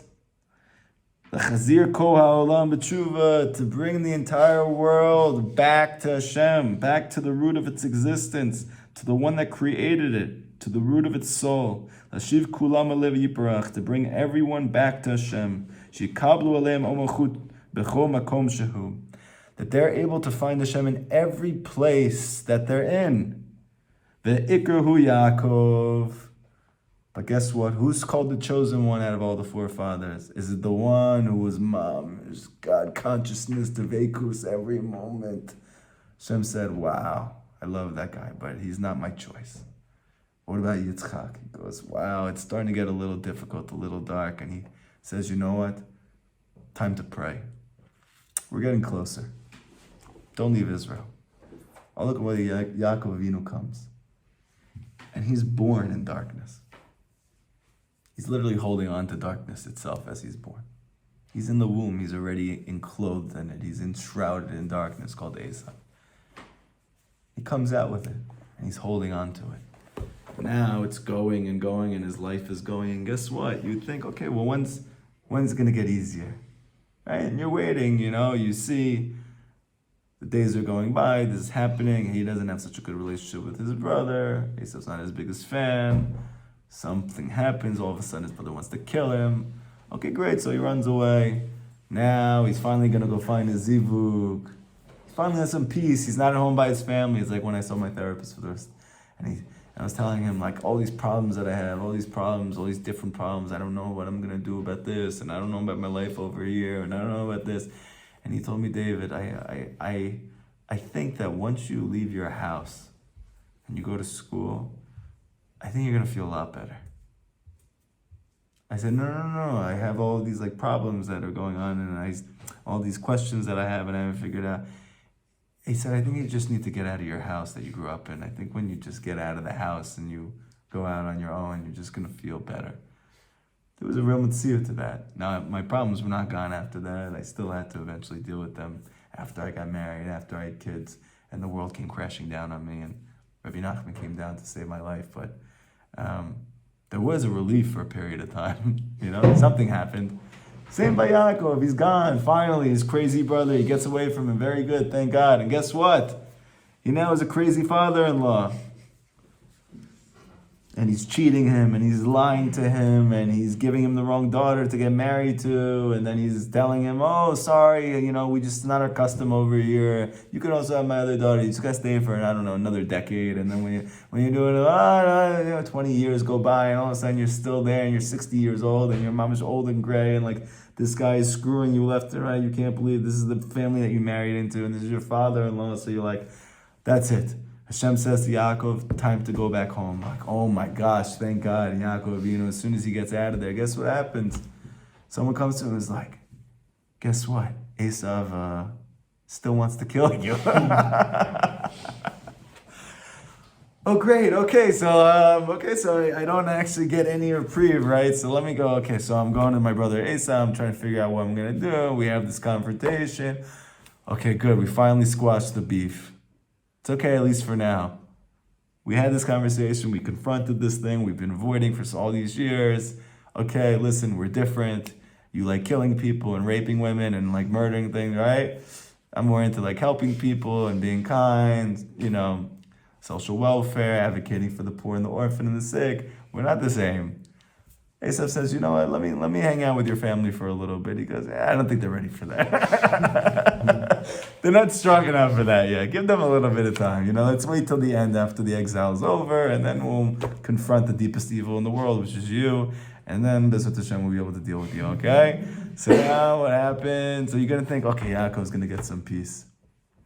Guess what happens? Before that.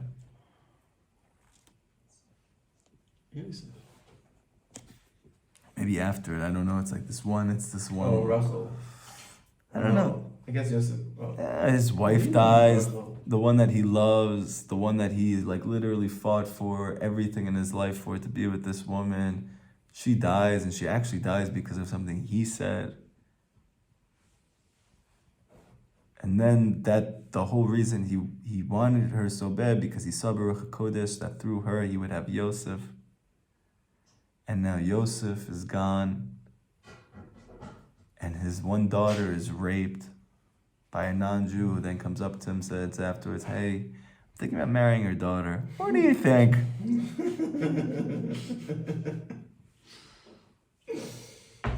You're like, my gosh, when's the, like in the happy ending? When's the happy ending?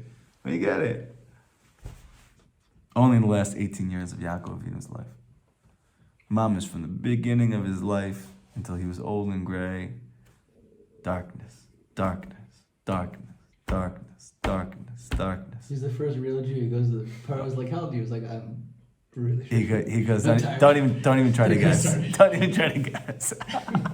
I'm tired. Okay, what's the point? But Hashem says that Yisrael. this is called my chosen one. You know why we're called the chosen people?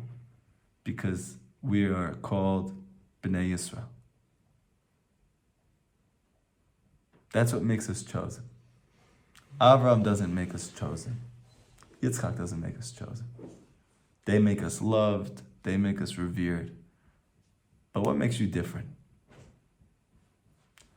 That as a Jew, you can go through things from the beginning of your life until the end of your life. And as soon as you finally find clarity, you have Esav. And as soon as you find clarity, you have Lavan. As soon as you have clarity, you have kids. And you have struggles with your kids. And then you have this, and you have that, and you have this, and you have that. And guess what Hashem says about you? You're the chosen one. Because you know what? Only you can go through this. Not only can you go through this, but only you can overcome this. Because ultimately, what happens to Yaakov? He overcomes Esav. Overcomes Esav, and he asks the angel of Esav, he says to him, give me a bracha. I'm not letting you go until you bless me. What was he saying? He's saying, I know, I believe in God. I have a emunah. And I know that you didn't drive me crazy for all of these decades, just so I get rid of you. Because that means that God's not really good. I know Hashem's good. Show me the good. Esav says, fine, you're right. Your name's not Yaakov anymore. You're Yisrael. Why? Because you fought with the divine, meaning you fought with something that's bigger than you, it's stronger than you, it's greater than you. You had no chance against it. And guess what? You kicked his butt. You overcame all of it. So from now on, we're not going to call you Yaakov anymore. We're not going to call you the heel. Now you're the Rosh. Yisrael. Rosh Kel. You're the head. Why? Because you literally took something that on paper is 1,000,000 times bigger than you. You went through all of it. And guess what? You're on top. And that's every single Jew. And that's finding God in the absolute darkness. That's Yaakov Avinu. That's the Tzaddik Yisod Olam. That's Rabbi Nachman ben Fega. You keep calling him chosen because like the one I choose is because Yaakov Bechira. We don't see that with Lashon of Bechira anywhere else. Right. He's the choice. The choice needs an alternative. Nachon? So now it says like this, and with this we'll finish up. The Iker Yaakov, that his bed was perfect, that he merited to stand up all of Klal Yisrael in the world. Every single Jew that would ever exist, we all are the product of Yaakov Avinu, going through all of that and finding God in all of it and coming out on top. That's what it means to be a Jew. It doesn't mean to be a Nebuch. It doesn't mean to feel bad for yourself. It doesn't mean to let the world step on you and make you feel like you're nothing. It means that you are the most chashuv thing in the whole entire world. You're the most beautiful thing in the whole entire world. You're a warrior. You're an ish milchama. You're a man of war. And you're going to overcome everything. Aval yada beruach hakodesh atitim lachato But Yaakov Avinu knew that his children, in the end, they were going to have an error, they're going to mess up. And therefore he created the prayer of Arvit. Why? Because now he knows it's going to be the pitch darkness of life, the pitch darkness of night. That even for that person who falls into darkness, mamash. This is the concept of this whole length of this 2,000-year exile and this personal exile of your entire lifetime. This is the concept of darkness that's on the face of the deep. That in the darkness Hashem sat me down and placed me. This is my life.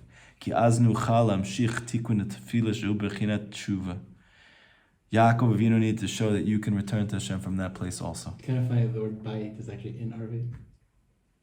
Wow. Mm-hmm. Very nice. Might as well.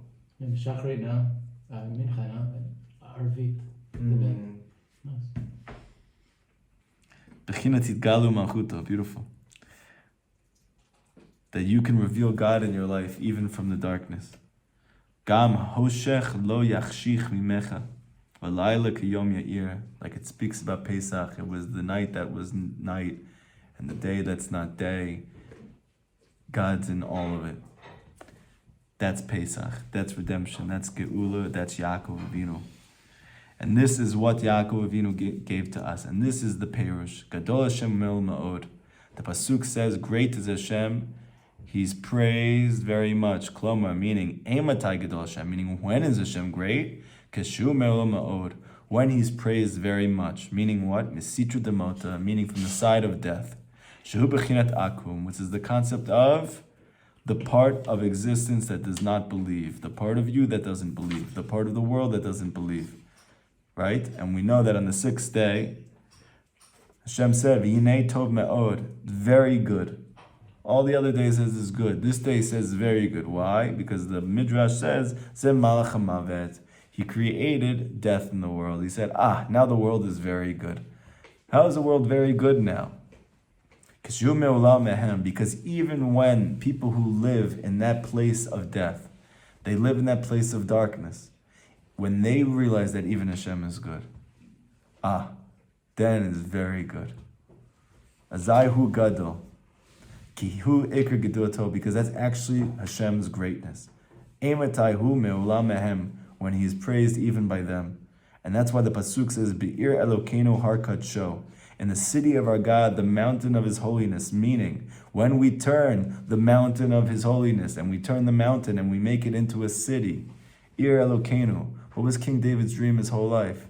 Yerushalayim, Beit HaMikdash. He wanted to take tefillah and to make it even more home. It's mamish, a physical place that we can all come to, and it's mamish, our home. Dainu, meaning that when you make the concept of a mountain and you turn it into a city, it's a place you can mamish live in. Yishu b'nei Adam. Your life is prayer. Like King David say, Ani tefillah, I am prayer. And he said, Tefillah lekel k'chayai. Tefillah to God is my life. It's my home. And everyone can chap the home. Everyone understands the importance of a home. Everyone can appreciate the home. Meaning, like when we elevate prayer from a mountain to the field, to the city and home, then even the non-Jews are going to have appreciation for the greatness of God. As Daika, then specifically, Hashem is great. Because this is Hashem's greatness. When those who are furthest are drawn closest. When those who are furthest realize that God's there in that distance. That is the gift of Yaakov Avinu. That's the gift of Arvit. It's not just like a present for super righteous people who are willing to sort of make this huge. Hashem doesn't even get nachat. That's the whole thing that we're learning. When the Jewish people got the Torah, okay, great. But when Yitro came and he said, Ani yadati, now I know that God is great, then Hashem got the biggest nachat in the world. Why?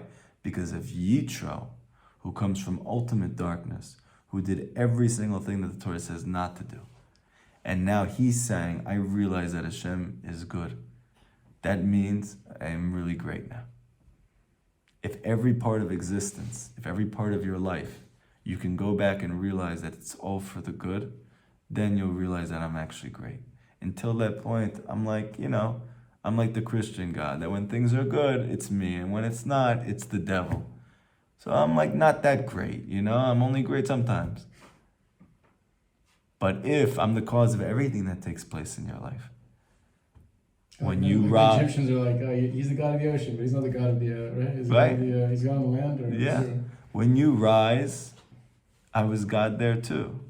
And when you fall, I'm God there also. And when you realize that I'm caring about you just as much, I'm loving you just as much. When you go up as when you go down, then the whole world will realize that I'm really great. And I'll make one last point.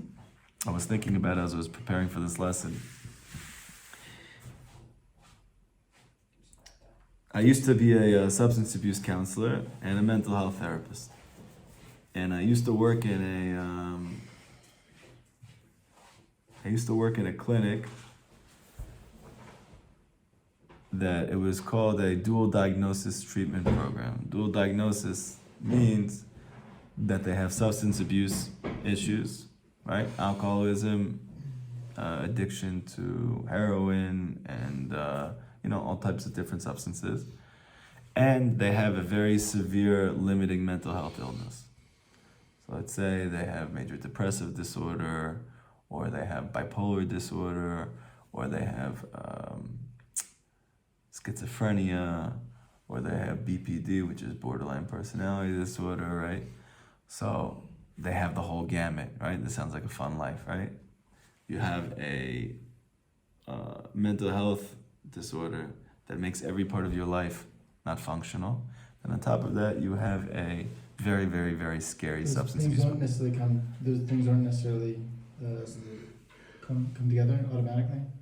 They are. Do you make the schizophrenia through the drugs or something? Or? So first of all, in psychology, they explain that there's a high comorbidity between these two things, which means very simply that mental health issues and substance abuse issues are highly correlative.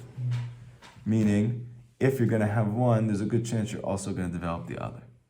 Okay? So that's so don't feel bad about it. If you find like, oh my gosh, not only am I struggling with depression, I also can't stop smoking weed, right? Don't feel bad, because actually these two things go together. Sure. Yeah, okay. Now you are asking a good point, and by the way, it's just good to know this. If a person has the capacity to have schizophrenia, he could have it, but it's like dormant, and it doesn't actually become realized, doesn't become real. I had a client that his whole entire life, totally normal, totally functional, smoked weed one time. One time. Gosh. And his schizophrenia gene became revealed. For the rest of his life, he now has schizophrenia. No. Yeah. One time. God. One time. And you can't close that. You can't ever change it. Schizophrenia can't close up. Wow. Yeah. That sucks. Yeah. Now again, guys in that too, but yeah, both of his lives. No, I mean, not again. Like I'm not. I was the biggest pothead in my school. I'm not. What's it called? What was that thing? You're not knocking it. No, I'm not saying. Like. Don't deny it. What is it? Whatever. Don't do drugs. That was the way I wanted kids. I'm not telling you to do drugs either. I think Kippur is a better, healthier pathway. But I'm not telling this to scare anybody. I'm just, most people don't know that. I didn't know that. I just became very paranoid from it ultimately, and it stopped. But, you can actually, this can happen, okay? So, but what I wanted to say is, I had a client who was probably like a 60-something-year-old woman who was alone and had always been alone. And she had what's called borderline personality disorder.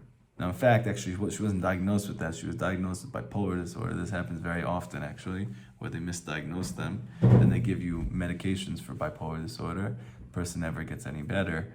And the therapists all leave this person because they're too hard to deal with and they don't realize why.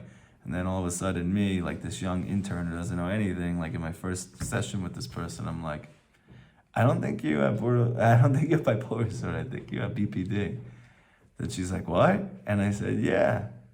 And I was like explaining like all the different things that the person with BPD struggles with. I was like, this sounds like you now. She's like, yeah. It's like, okay, whatever. Anyway, one of the symptoms of BPD is that you are very, very, very, very, very antagonistic, and you'll say very, very cutting things. Everyone probably knows somebody who has it and doesn't know that they have it, and they don't know that they have it. But it's like they'll say something to you like, wow, like, wow, yeah, like, whoa, whoa, what was that? And you'll see, like, it looks like their mood is shifting all the time. I just don't have a lot of tact. Yeah, that's what it sounds like, but like, by the way, this is a big difference between borderline and bipolar. Bipolar is months of one thing and months of another thing. Yeah. So when a person is shifting back and forth all the time, I feel high, I feel low, I feel high, I feel low, and you think maybe I have bipolar, you don't have bipolar disorder. That's not bipolar disorder. Okay? So that's one thing to know. But a person who struggles with BPD, he does go up and down all the time like that. And you'll see that they're going to be really happy and they're like, you're like the best person you want to hang around. And then all of a sudden, in one moment, you don't know, you said something and like, did what I say was really that bad? And all of a sudden, they just like go to town on you. And they say the harshest things you ever heard in your life. And then you're like thinking about yourself, like, oh my gosh, well, like, what's wrong with me? What did I say to them? This and that. And they really have borderline personality disorder. Where does BPD come from? Often, it's a person who was traumatized when they were a child and they were raped or neglected by their parents or somebody in their family. Okay? Something like that. It has to be very, very, very, usually something very severe when they're kids. And then as a result of that, they reflect that pain that they never resolved on Extremely antagonistic. Yes, because that's what they got when they were a kid. Because usually their parents had BPD, which they got because they were traumatized. Then they call that generational trauma. Okay? So, what I want to tell you, they used to think that one of the symptoms of BPD, how you could know, is if you see that your client is incredibly, what's the word? It's not deceptive. It's What are you trying to say? something like deceptive. Give me another word for that. Elusive? Something more like deceptive. Yeah, explain it in words. I'll tell you something. Slippery. Yeah, They contort to. What's the word? Divisive. No, I am manipulative. Manipulative. Yeah, manipulative. Like the number one in DSM used to be manipulative. If you see that your client is telling you things and you realize after all of it, they're lying all the time, and it's in order that you should get them this drug or do this thing, and you come in and then you realize, oh my gosh, this person just worked me. Wow, this person's so manipulative. Like beyond, like you won't be able to sleep at night because of how much you got manipulated. You can't believe that someone can do that. So that person probably has borderline personality. It's just a How do whole, you it's deal all a with show. Okay, no, so that's for another time. So what? Whatever. Yeah. I couldn't deal with it. Yeah. Okay. So I want to tell you something amazing that they figured out as time went on. There was a person who ended up going to school for therapy and then going to Tibet and studying Buddhism and like being a part of all that, and then putting these two things together and calling it dialectical behavioral therapy. She took the CBT, which is cognitive behavioral therapy, which she learned in school. She took the fundamental principles of Buddhism, which actually these principles that are in this therapy are all in Kabbalah, okay? And she put these two things together, and it's called DBT. And she suggested that this could actually help people who struggle with borderline personality disorder because they never found anything that could, because they're so manipulative, okay? So you can't ever really get them to help them because you don't know what's going on, right? Because it's like, keep getting manipulated, right? And they found that it was helping them. It was the first thing that was helping people who had BPD. Now, what ended up happening was that this woman revealed who made it, that the reason she was able to come up with this therapy is because she has BPD. And when she was growing up, she was suicidal, which is another symptom of it, is they cut their wrists. So very often they'll cut their wrists and they have this thing where it seems like they're manipulative, okay? Why are they cutting their wrists? Because their experience of life when they feel pain is so intense that they have no way to ameliorate the pain. Maybe that's like soften or justify. Yeah, to soften the pain, right? Like when you have pain, what do? You take a Tylenol. But imagine that Tylenol wasn't enough, and even if you could took the whole bottle, it wouldn't be enough. Because the intensity of the pain is so intense, you feel like you're crawling out of your skin. What's the only thing that you can do? You're saying the emotional and mental pain is so great that you have to almost like physically hurt yourself so much that it kind of diverts? Yes. Whoa. Yeah. Like that's so painful that I almost forgot about the pain, the mental and It's the emotional only. pain. It's the only thing that can make me divert divert the pain is by cutting my wrists, because it's really painful to do that, and obviously you're at threat of dying. But it's intensely painful. But because now it's a physical pain, that's a better pain for me than the mental pain. Okay? They put her in a psych ward when she was younger, and she used to literally hit her head against the wall because she'd rather that pain. That person somehow got through graduate school, which is a miracle. It's a nifla mamish, and obviously she's probably looking for her own healing and didn't get it. Somehow had the self-awareness to go on a spiritual journey and go to Tibet, learn about Buddhism, and she saw for the first time some of the things that they were teaching were actually helpful for her. She ended up putting it all together, and she called it DBT. One of the things that she explained, which was mamish, it's like Rabbi Nachman Chidushim, where it's like something that totally changes the way you look at it forever.